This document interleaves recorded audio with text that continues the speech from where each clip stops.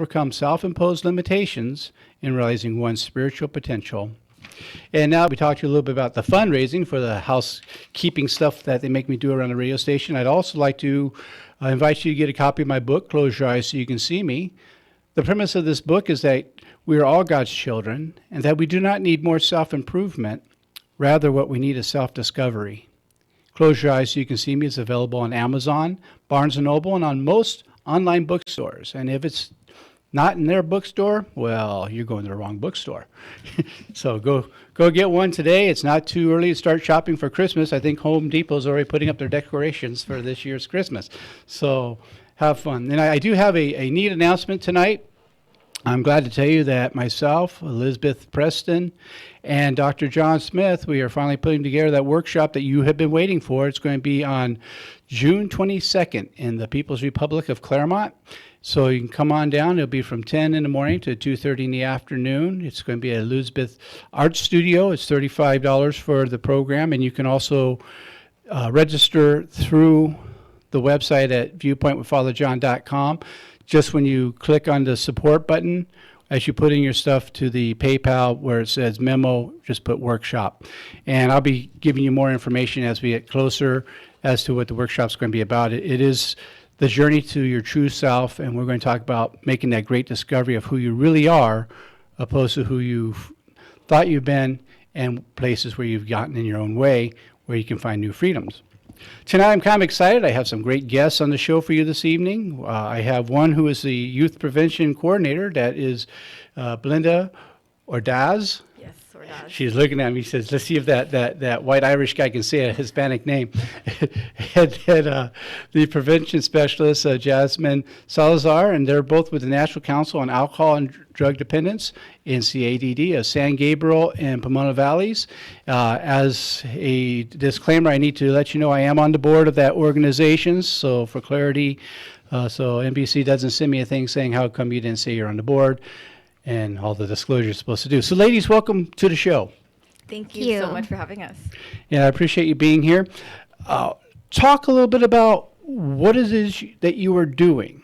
And Belinda, we'll start with you. Okay, yeah. So we work, like you said, work for the National Council on Alcoholism and Drug Dependence, and Jasmine and myself specifically work for the Community Prevention Services Program. So we focus primarily on preventing all kinds of different substances, so marijuana amongst youth specifically, underage drinking and binge drinking, again with our youth and adults. And then we also do a lot of prevention and education around prescription drugs and over-the-counter drugs, and again to prevent the misuse of prescription drugs and the abuse of them as well. So. Well, the other night I watched a whole hour documentary on marijuana. And I come to believe that all documentaries should be watched that way. I'm just kidding.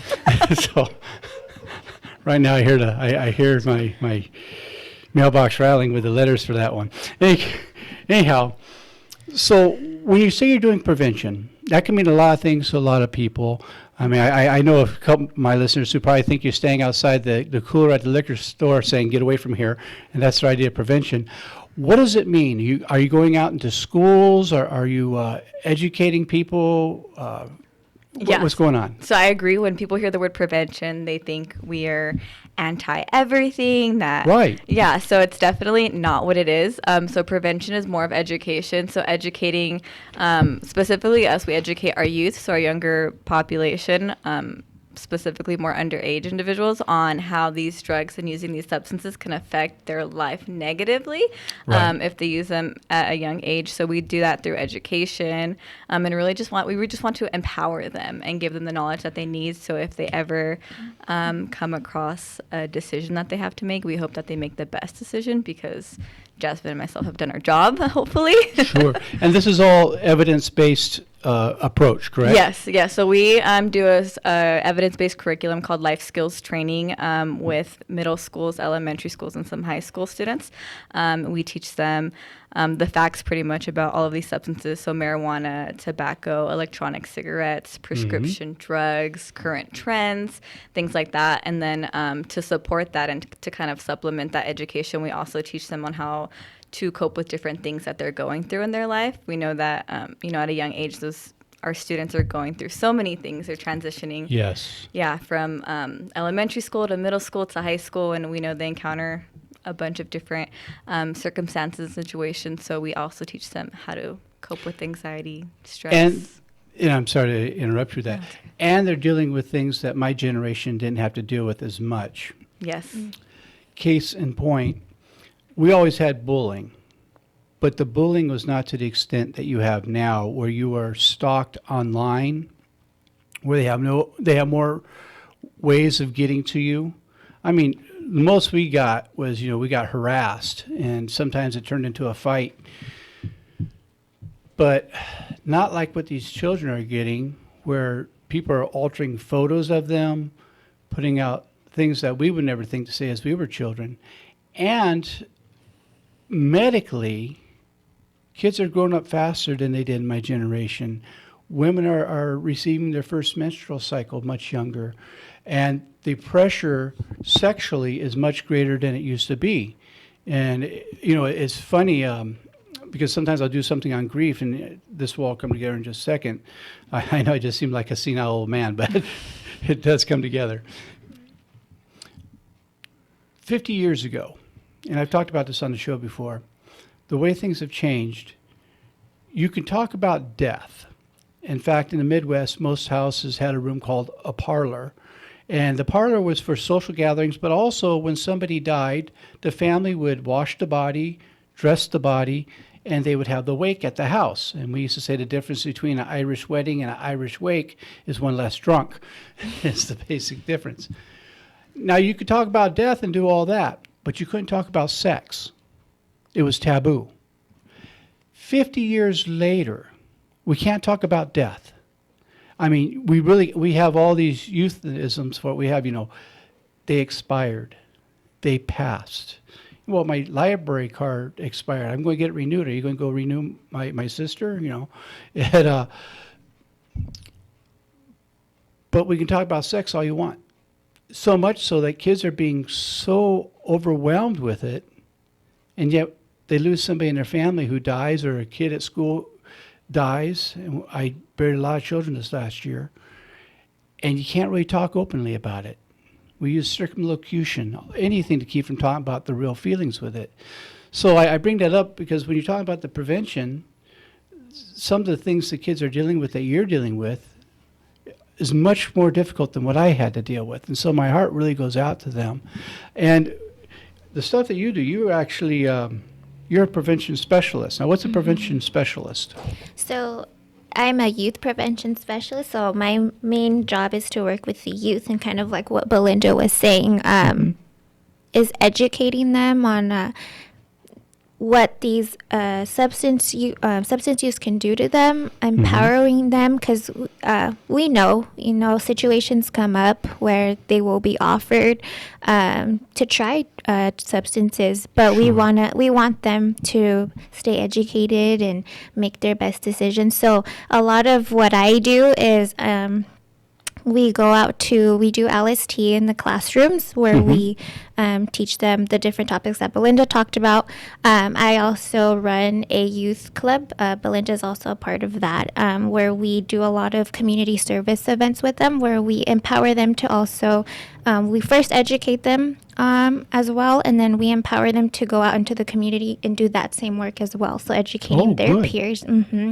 Educating their peers.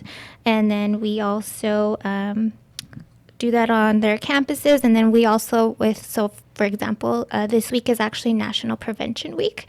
So we were out at the different high schools that we work at, and we were tabling for the different topics for every day, and we invite them to come out and table with us. Oh, good. So that they're also informing their peers, and they're doing the work. So a lot of my job is also empowering them to do what we do.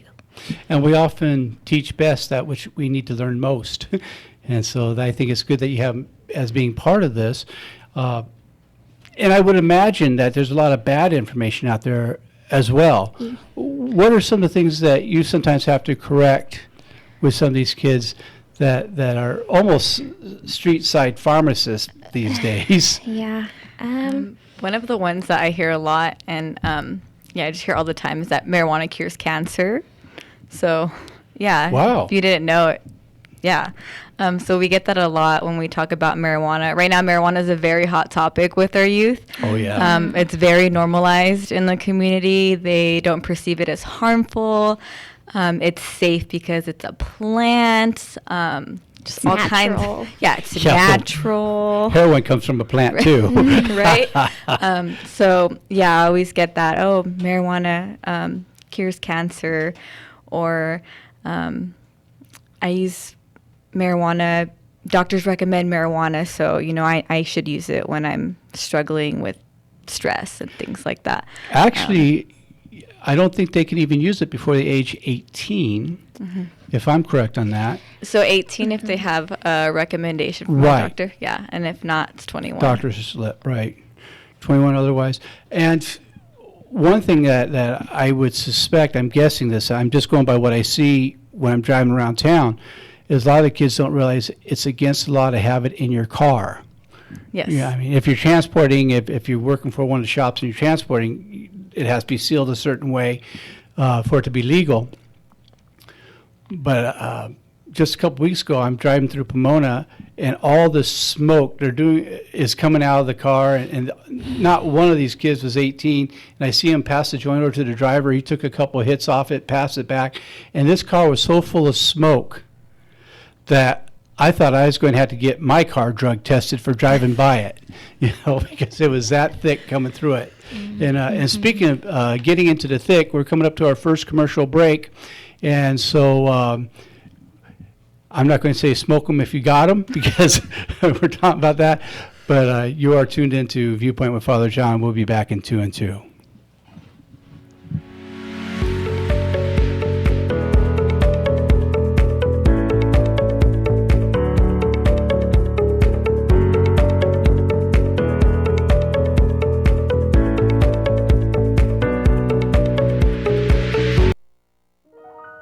The loss of a loved one is one of the most challenging experiences in a person's life. It's hard to know where to turn to make your loved one's final arrangements.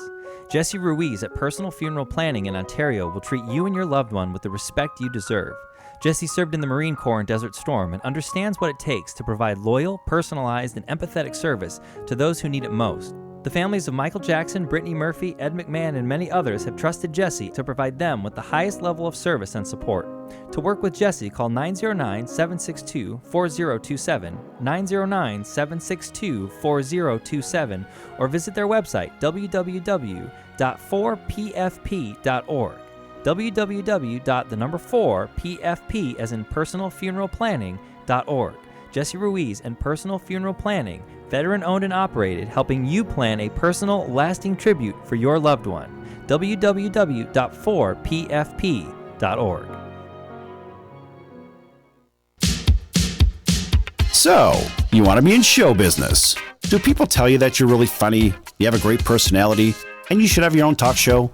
Many of us have been told that, but we don't know how to get started. It's easier than you think. Let the pros at Cali Vegas give you a free talent evaluation. Call 949-445-1119 and learn how quickly you can create, produce, and host your very own talk show. Imagine not having to sit in traffic every day, commuting back and forth to the same old boring job. Get started in television or radio today with your free talent evaluation from Cali Vegas. Call 949-445-1119 or visit them online at calivegas.com. Make your dream come true today and create your new career and learn how to become a television or radio star with the help of Cali Vegas. 949-445-1119. Call now.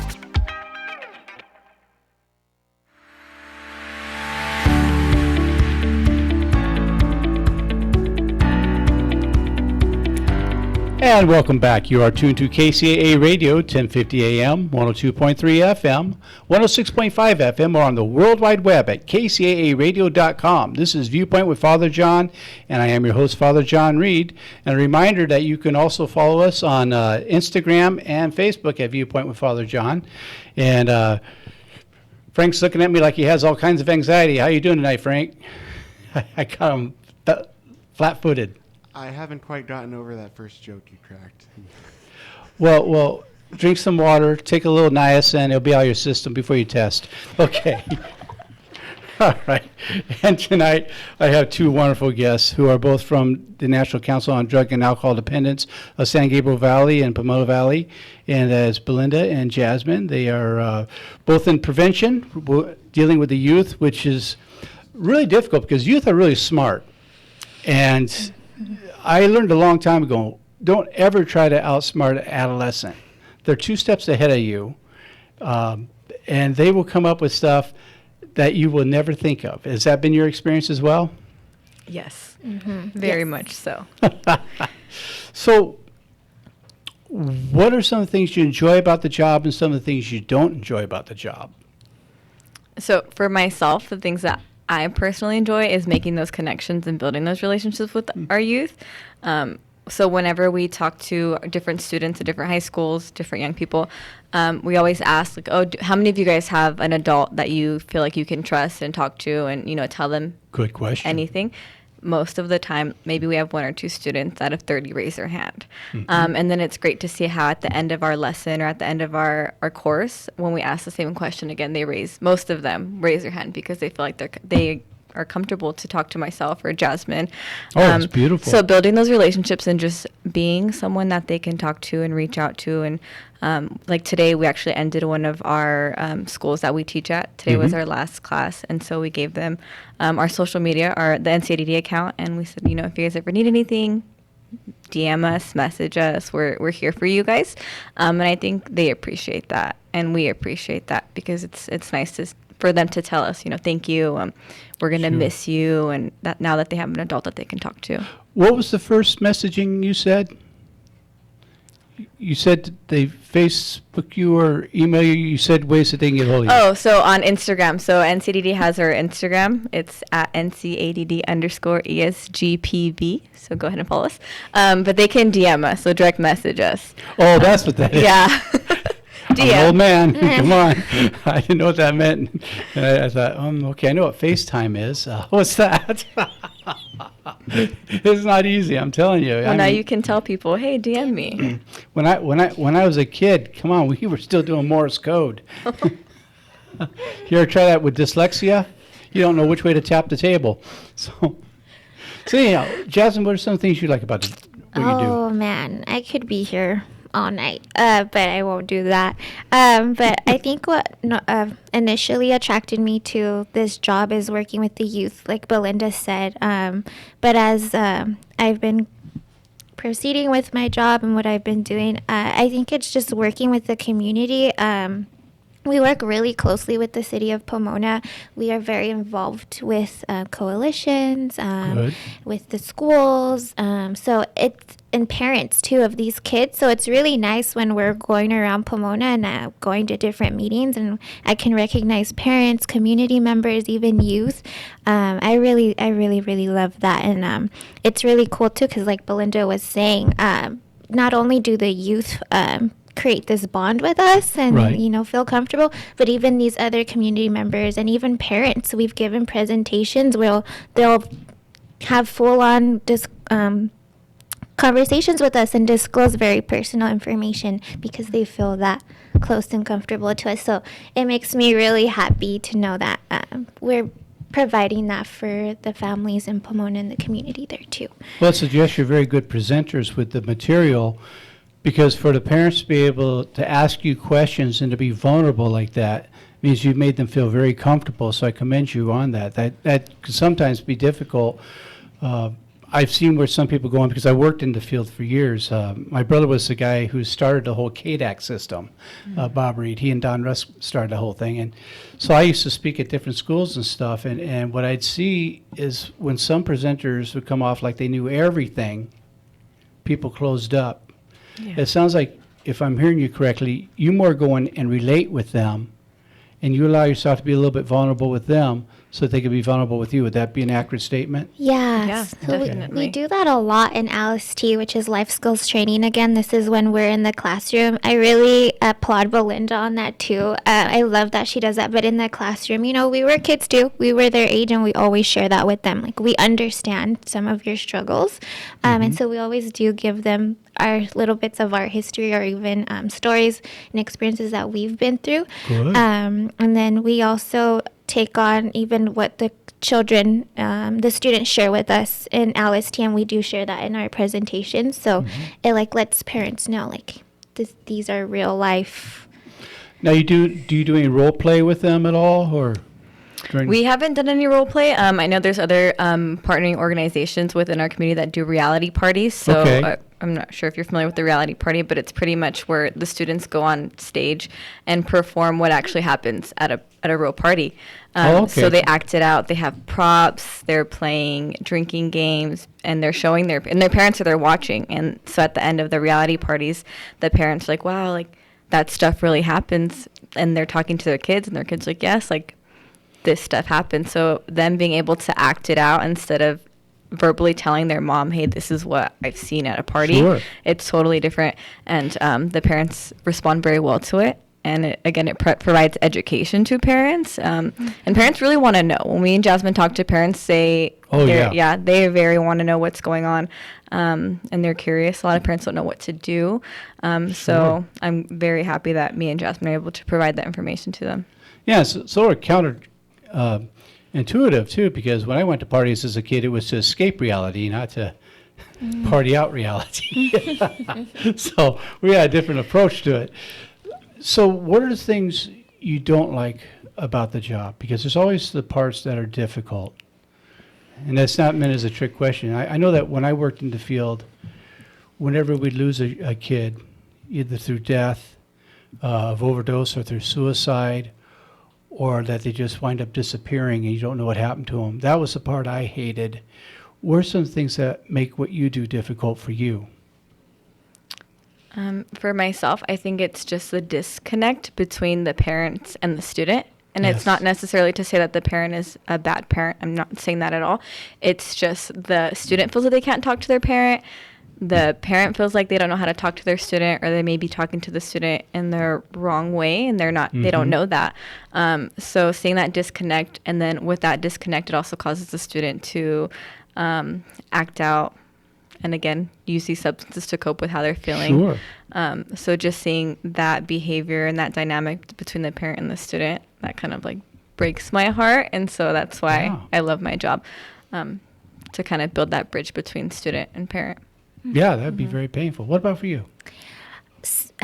I would have to say that the biggest struggle for me is trying to demonstrate to the students that I'm not just one other adult, another person with authority telling them not what to do. Right. Rather, trying to demonstrate to them that I'm someone who cares about them, and I do care about their overall life health quality and their success. And so it's hard when they see you that way, and they perceive you as someone who's just another person telling them what not to do.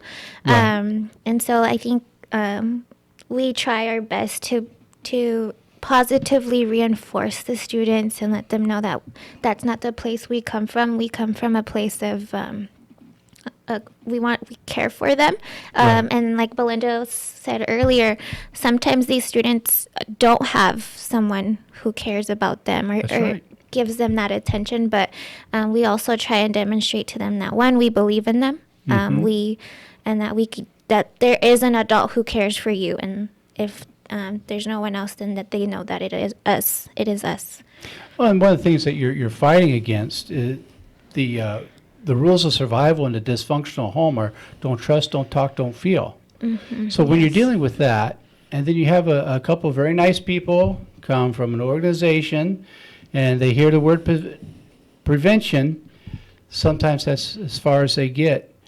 The other thing I've seen, and let me know if you've had experience with this, where the kid's doing everything that they can to cope, but they have an alcoholic mom or dad, and the parent shows up very defensive and very angry, and saying, you're just trying to turn my kid against me.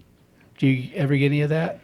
So we've never had a situation directly like that where we pinpoint a student and we know the parent's history and background, but we've had instances where we're talking about, for example, marijuana, and we were in a 6th grade class, we're talking about marijuana, and one of the students, she was like, well, my family grows marijuana in our home.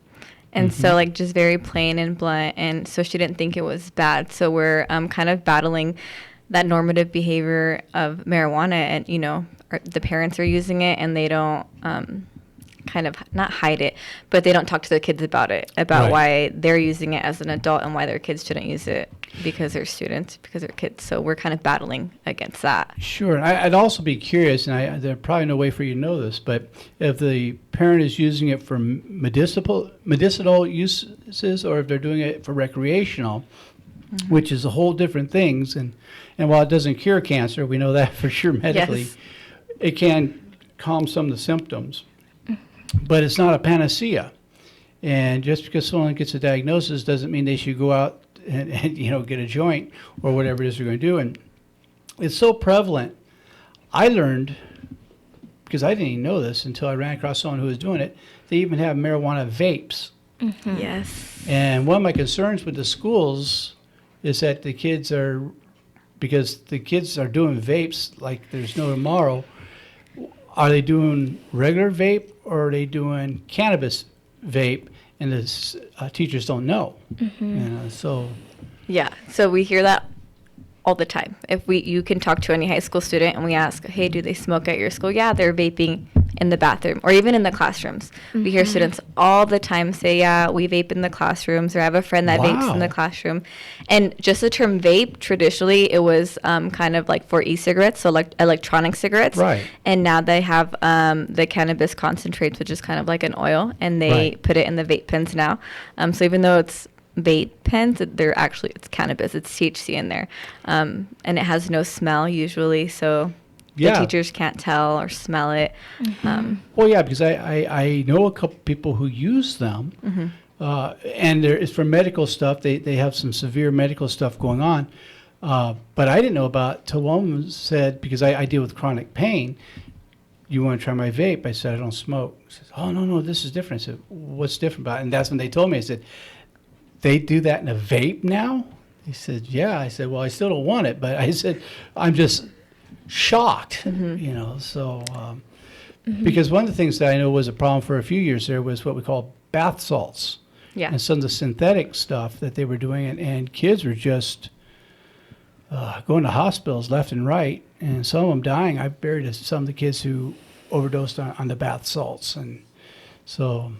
Yeah, you have so your there was hands full. actually an incident in Paulding County, where Where? Paulding County, I'm not sure, I think it's more on the East Coast. Okay. But a student had a vape pen, was smoking a vape pen at school. Another student offered it to him in the bathroom, and he ended up having a heart attack. And it's Wow. because the extract, the little cartridges, which is what they put in the vape pen, they have pesticides in it, or the students are getting them from Really? somewhere that might be illegal. We're not sure how the students are getting it, but obviously they're getting it in an illegal way. So it's cheaper oftentimes. It's more affordable for students, and it's cheaper because they're using pesticides. It's not the best quality of cannabis Wow. extract. So yeah, he actually had a heart attack, and it was in the news, and like an article that we read about at work. So They're having the that's- problem with opioids where they're cutting heroin with fentanyl.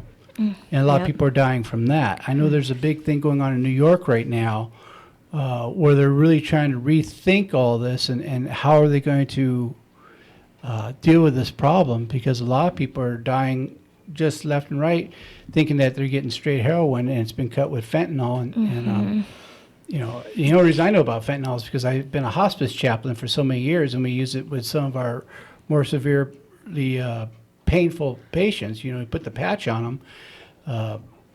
But when you start cutting with that stuff, that is really powerful stuff. Do you want to talk about the farm parties? Oh, please do. yeah. So, something that we've I'm going to have to get a little closer to the mic. There thank you. Something that we've discovered too with this, along with the job, is that kids are having teens are having something called farm parties. And essentially, that just stands for students are out their teens, they are grabbing prescription medications from their Parents' medicine cabinet. their medicine cabinets, not really looking at what it is. And then let's just say there's like 5 different medications in there. They'll grab one. Parents probably don't even notice that one is missing. And then they take them out into a party. They'll combine all of these different pills into a bowl and then usually take a handful. And most times at these parties, there's also alcohol involved. Sure. So they'll drink that and follow it up with alcohol. And that has resulted in like overdosing. And of course, you know, sometimes alcohol and drugs don't, or almost always don't mix. So I find it absolutely horrifying what you're sharing. Yes, and so when we find like this stuff out, we mention what we find from the students and, you know, their testimonies. We mention it to the parents, and they're the same way. They're baffled. And we even had a student ask us, you know, how can I tell the difference between a fake pill and a real pill? And because we're talking about prescription pills and how they're being sold illegally, and then they're being laced with fentanyl, and that's what's causing a lot of overdoses. Right. And so we get questions, well, how do I tell, you know, a fake pill from a real pill? Like, well, you shouldn't be using pills at all. Like, Yeah. yeah, so it's scary and it's very dangerous, but that's what our young people are doing now. And a lot of students that we talk to, they know someone that is using prescription pills to get high. And it's very common now. And like Jasmine said, you know, all of us have prescription pills most likely in our medicine cabinets, right? And it's something that we don't think about locking it away. So if, you know, if I have medication in my medicine cabinet and a younger nephew comes over and he takes 2 of my pills that I hypothetically have, I would never notice if 1 or 2 pills are missing from my bottle. Yeah. So another thing that we also do, we work with a community that has medication in their cabinets and talk about safe storage and safe disposal, again, to prevent students or youth, anyone, because this can happen to anyone. Prescription pills can be used by anyone. And a lot of people don't know that there's an actual way you're supposed to dispose of prescription medication. I know when I was with hospice, what we'd have to do is have a witness with us. We put it in a diaper. We would soak it, crush it up, and throw the diaper away. Now, I don't know if they're still doing that or not, but they definitely don't want you flushing them down the toilet. No. You see these 3-eyed frogs that are all high on the side of the road there saying, buddy, can't you spare a dime? And so... And so that's a problem. Speaking of Buddy Can't Spare a Dime, we're coming up to our next commercial break, and I'll be having to ask for more dimes if we don't go to it. So my guests this evening are Belinda and Jasmine from, I almost said Adult Children Alcoholics, but no, they're from the NCADD. And while we're at commercial, I'm going to get reminded where we are tonight.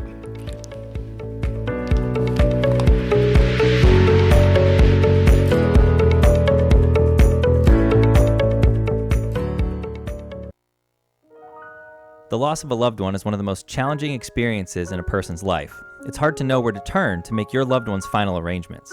Jesse Ruiz at Personal Funeral Planning in Ontario will treat you and your loved one with the respect you deserve. Jesse served in the Marine Corps in Desert Storm and understands what it takes to provide loyal, personalized, and empathetic service to those who need it most. The families of Michael Jackson, Brittany Murphy, Ed McMahon, and many others have trusted Jesse to provide them with the highest level of service and support. To work with Jesse, call 909-762-4027, 909-762-4027, or visit their website, www.4pfp.org. www.4pfp as in personalfuneralplanning.org. Jesse Ruiz and Personal Funeral Planning, veteran-owned and operated, helping you plan a personal, lasting tribute for your loved one. www.4pfp.org. Now, here's a new concept: digital network advertising, where businesses display your ad inside their building. If a picture's worth 1,000 words, your company is going to thrive with digital network advertising. Choose your marketing sites or jump on the DNA system and advertise with all participants. Your business ad or logo is rotated multiple times an hour inside local businesses where people will discover your company. Digital network advertising, DNA, a novel way to be seen and remembered. Digital network advertising with networks in Redlands and Yucaipa. Call in the 909 area 222-9293 for introductory pricing. That's 909-222-9293 for digital network advertising. One last time, digital network advertising, 909-222-9293.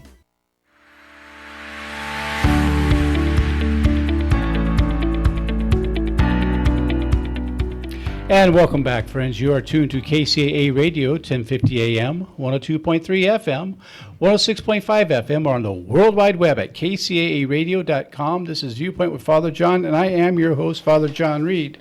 And brothers and sisters, I do want to remind you that Viewpoint with Father John is a listener-supported program. So please go to viewpointwithfatherjohn.com. Go to the select button, click on that, and whatever you can give, we appreciate it. And for those of you who've been giving to keep us on air, I am really grateful to you. Again, I want to invite you to buy a copy of my book, Close Your Eyes So You Can See Me. That's another way to help support the show. And just a reminder that Dr. John Smith, Elizabeth Preston, and myself on June 22nd in Claremont are doing a one-day workshop on the journey to your true self. This is really going to be a great workshop. Dr. Smith is a licensed psychotherapist. Elizabeth is a award-winning artist and also a presenter of creative journaling, both dominant and non-dominant hand. And I will be handling some of the spiritual aspects of that great journey and learning how to forgive oneself. So I really want to recommend, we're going to be offering that for $35 a person. And if you want to know more about, we'll be putting stuff on Facebook and on Instagram. And if you also want to register, you can go to the support button at Viewpoint with Father John, and then on the memo, just put workshop. And it'll have your information so I can continue to get a hold of you and let you know more about it. And my guests this evening are from NCADD, that's National Council on Drug and Alcohol and Drug Dependence. You know I'm dyslexic, I had to do that, of East San Gabriel Valley and Pomona Valleys. Yes. And we want to talk a little bit about Drug Take-Back Day is coming up, isn't it? So it actually just passed. It was just April passed. 27th. Must have been a good one, I don't remember. Yeah, so the DEA sponsors 2 national drug take-back days throughout the year. So usually it's in April and then in October. So we actually just had one, and it was really good turnout. We partnered with Pomona PD, and we set up a booth there, and it was really nice.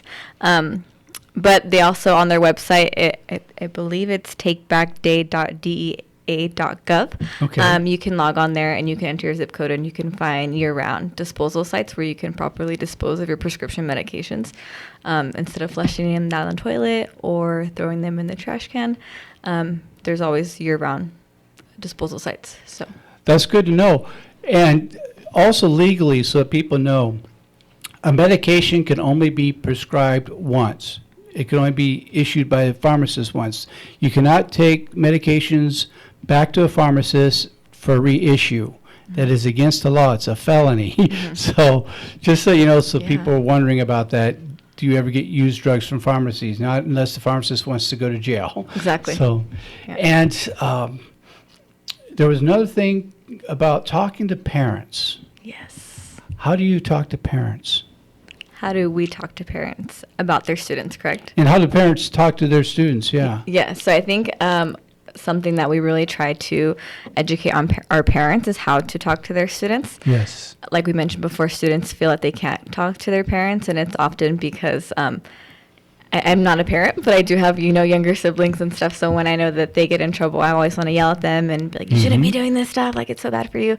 But that's definitely not the way we should be talking to our younger people. Anybody, adult, child, young adult, we don't want to be told what to do. Right. So when we tell our students, hey, don't do this, don't do that, it's going to go in one ear and out the other. So as parents, I think they should come and talk to the child from a place of love, Right. and let them know, hey, these are what's bad for you. This is why it's bad for you, and I'm not telling you this to get mad at you or to yell at you, but I care about you and I love you, and I just want you to be safe. Mm-hmm. But on the other hand, they should also mention that if you ever do come across a situation where you are offered alcohol at a party, or prescription pills or marijuana or whatever the case is, Mm-hmm. and you make the decision to take those substances and you feel like you're scared, you don't know what to do, I think that it's a good idea for parents to say, you can still call me. I would be very, very disappointed in you if you did these things, but I care about you and I don't want you to get in the car and drive under the influence with someone else that's under the influence. Sure. So prioritize their safety and then also follow up with consequences too. So, And if you make that statement to your child, stand by that statement by your child, because they're going to know if you said one thing and did something else. exactly. And when I worked in adolescent recovery, one of the things I used to tell parents, don't be afraid to share your experience with them. They don't care about how smart you are. They want to know how you fell down, how you picked yourself back up, and that you've made mistakes too, so they know that you're safe for them to come talk to about their mistakes. Exactly. But if, mom and dad have never done anything wrong, and that's the image they give, it's not someone you can go and relate to and talk with. Exactly. And also for the parents, just a little thing, I know I'm kind of taking over from where you guys are, but just some stuff I learned along the way. If you're having trouble talking with your kids, you're not alone. I've discovered, and this has been known in psychology for years, we can't help people we share DNA with, but other people's parents can. And so that's where the team approach is so good, that you may have other parents and they can talk to your kids. That's why Alateen is such a great program where, the alcoholic parents can't help their kids, but the other alcoholic parents can help their kid. Exactly. Yeah. So- Because I know personally growing up, I didn't want to talk to my mom. Sorry, Mom. But Yeah. I didn't want to talk to my mom. So even as an adult, if you're not a parent, but you have a niece or a nephew or a family friend that's a young adult, be that person for them. Reach out to them, try to see what's going on. What's your input on this?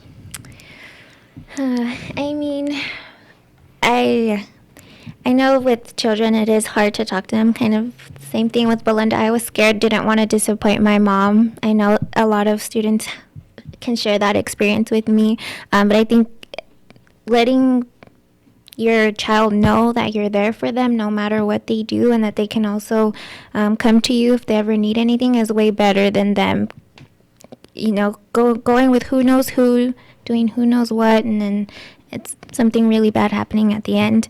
And that just reminds me too, if we do have any younger people listening to us as well, there is something called the Good Samaritan Law. Right. We do let our students know about this too.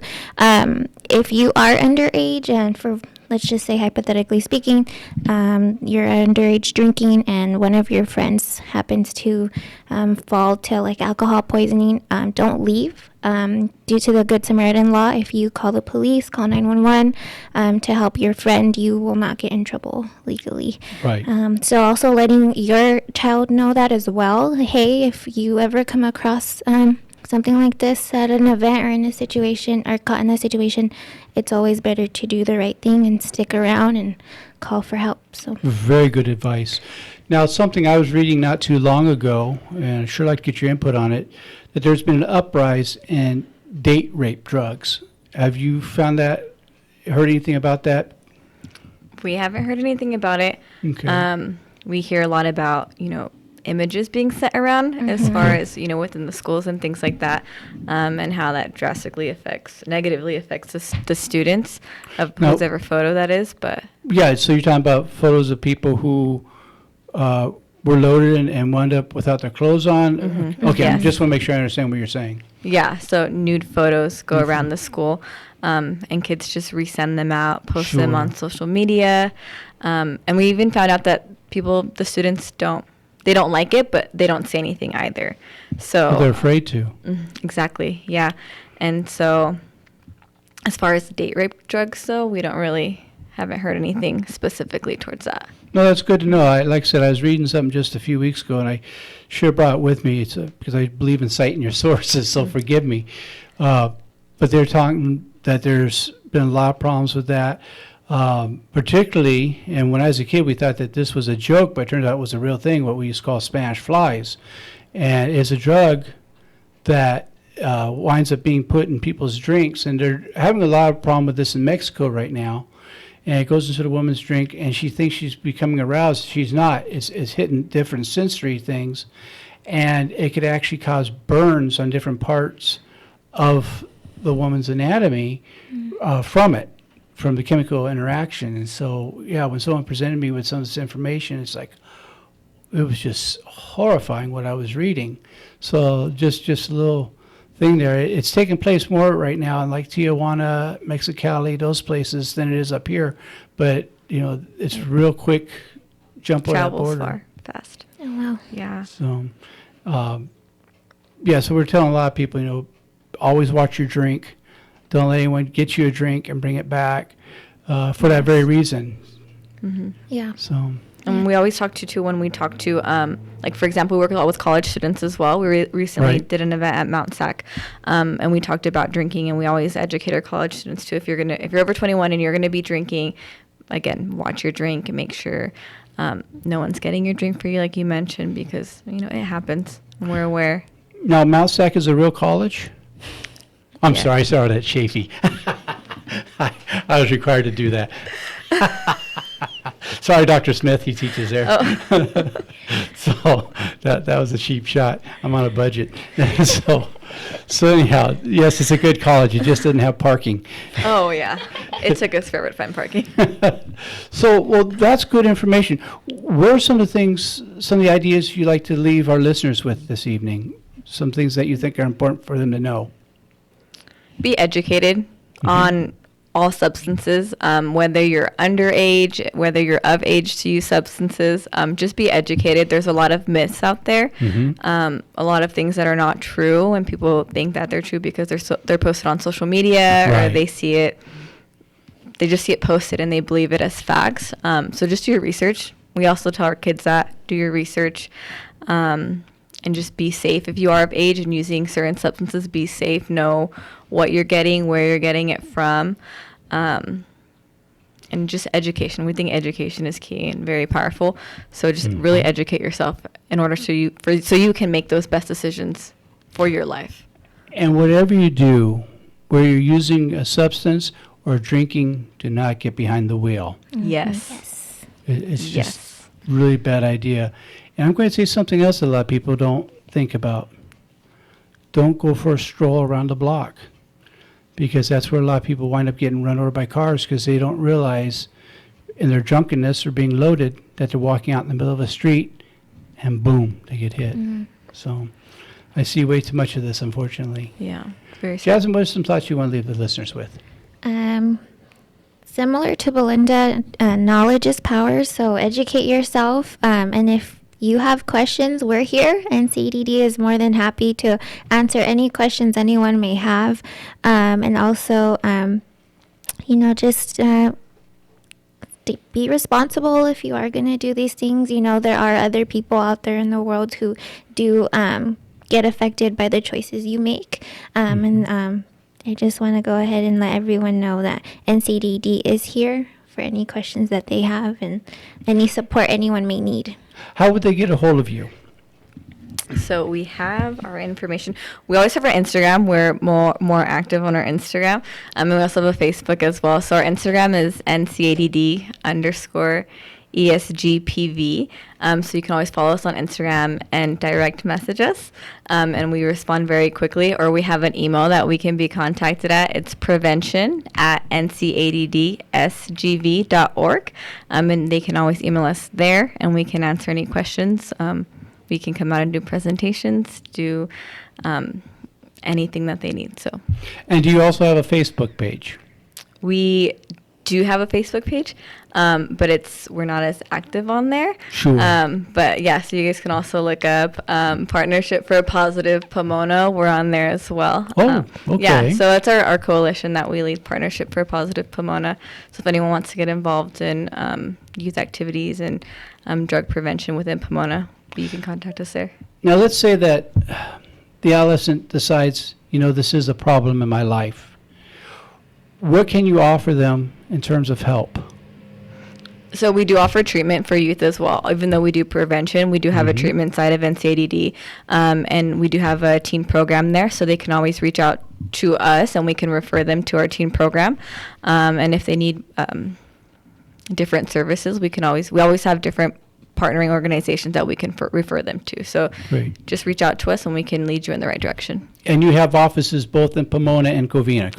Yes. Okay, so in those areas, those are good to know, and they handle the areas around the surrounding areas, but those are where the two offices are located. So that's very good information for them to have. And when you go onto Instagram to check them out, be sure you also click on Viewpoint with Father John and start following us there too. We are getting quite a following there, so I'll have to go follow you guys. You have to come follow us. Yes. And we'll be on there. And I know we're going to have them both back again in the future because this is more of a topic than you can handle in one night. And so I want to thank, see, I got him right the first time. Can he do it 2 times in a row? No, that's why we take commercial breaks. So my guests this evening are Belinda Ordaz. Yes. Oh, Perfect. look at that.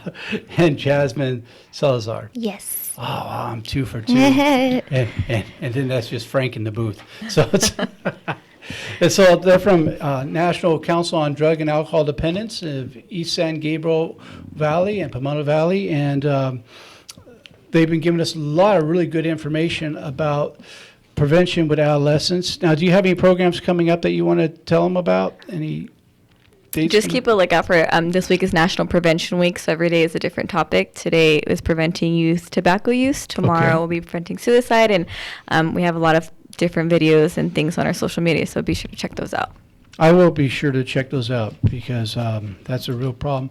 And a quick question before I do my 2-minute warning thing here. A few years ago, one of the big things was methamphetamine. Is that still pretty big with the kids? No, not It's not? so much. It's mostly marijuana and prescription pills right now. That may be a little better than we realize, but it's not so good if you own a Dr. Beecham's because it's the greatest remover in the world. First it removes the top teeth, then it removes the bottom teeth. And so, yeah, meth is a good spot remover. So anyhow, my guests this evening have been Belinda and Jasmine from NCADD. Just a few things. I want to thank Frank for doing a great job. He's our sound engineer. He's really getting into the swing of things. This is your 3rd or 4th week? I've already lost track. You already lost track, see? Yeah. I'm being told 3 fingers over here, so either she wants more whiskey or you've been here 3 weeks. I'm not sure which. And that is Gabby, who is our executive producer and also florist. And those of you who've been watching the page, you know what I mean by that. She does flowers, and people wonder if I still do radio because of all the flower pictures. So I want to thank you for being here with Viewpoint with Father John and spending another hour with us. And next week we will be back. I hope that if no one has told you that they love you this week, that you let me be the first. And thank you for allowing me into your home again this week. And we'll see you next week. And thank you again to my 2 guests for being here. I'm going to let Bethany know you did a great job. And I won't even tell her about you asking me to ask her about the race. Did I say that on the air? I said that on the air. Well, you've been listening to Viewpoint with Father John and Thank you for the having 2 me. ladies who just became unemployed. We'll Thank be you back for next having week. us. Yes.